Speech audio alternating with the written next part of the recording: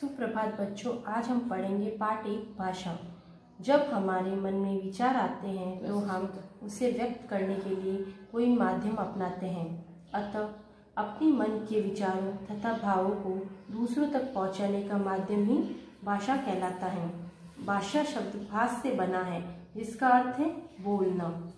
अर्थात भाषा वह माध्यम है जिसके द्वारा हम अपने विचार दूसरों के सम्मुख प्रकट करते हैं। जैसे हम इस दृश्य के माध्यम से देखेंगे कि ये बच्चा अपने पिता से कुछ मांग रहा है, अध्यापिका श्यामपट्ट पर कुछ पढ़ा रही है। उपयुक्त चित्र में छोटा बच्चा अपने भावों को व्यक्त करने के लिए अपने पिता से कुछ कह रहा है, तो वो किसके माध्यम से कह रहा है? भाषा के माध्यम से। अध्यापिका श्यामपट्ट पर कुछ लिखकर बच्चों को समझा रही है, यही भाषा है। भाषा के रूप। भाषा के 2 रूप हैं। भाषा मौखिक, लिखित। मौखिक भाषा, जब हम बोल के कुछ बोलते हैं तो क्या होती है? हमारी मौखिक भाषा। अपने विचारों को बोलना तथा दूसरों की बातों को सुनना भाषा का मौखिक रूप कहलाता है। जैसे ये बोल के कुछ कह रहे हैं, ये लड़की फ़ोन पे बात कर रही है, तो ये क्या है? मौखिक भाषा है। लिखित भाषा, अपने विचारों को लिखना तथा दूसरों के विचार पढ़कर समझाना भाषा का लिखित रूप है। जैसे दादाजी अखबार पढ़ रहे हैं, बच्चा लिख रहा है।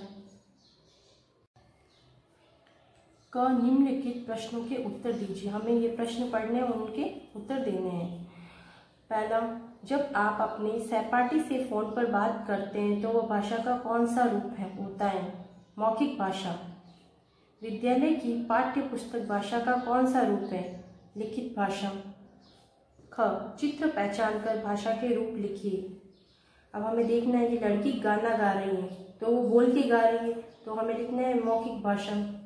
बच्चा पढ़ रहा है तो बोल बोल के पढ़ रहा है, तो उसको अब लिखना है मौखिक भाषा। ये फ़ोन पे बात कर रहा है बच्चा, तो हमें लिखना है मौखिक भाषा। ग, सही मिलान कीजिए। हमें इनको चित्र दिए गए हैं, उन्हें मिलान करना है। लड़की फ़ोन पे बात कर रही है तो बोल के कर रही है, तो उसका क्या होगा? मौखिक भाषा। बच्चा लिख रहा है तो वो होगी लिखित भाषा। घ, सही शब्द पर सही का चिन्ह लगाइए। कक्षा कार्य करना भाषा का लिखित या मौखिक रूप है। लिख रहे हैं तो हमें लिखित पे लगाना है। अध्यापक का प्रश्न पूछना भाषा का लिखित मौखिक रूप है, तो अध्यापक प्रश्न बोल के पूछ रहा है तो वो हो गया मौखिक रूप होगा। प्रार्थना सभा में प्रार्थना गाना भाषा का लिखित या मौखिक रूप है। प्रार्थना हम गा के बोलते हैं तो होगा हमारा मौखिक रूप। रामायण पढ़ना भाषा का मौखिक या लिखित रूप है? मौखिक है।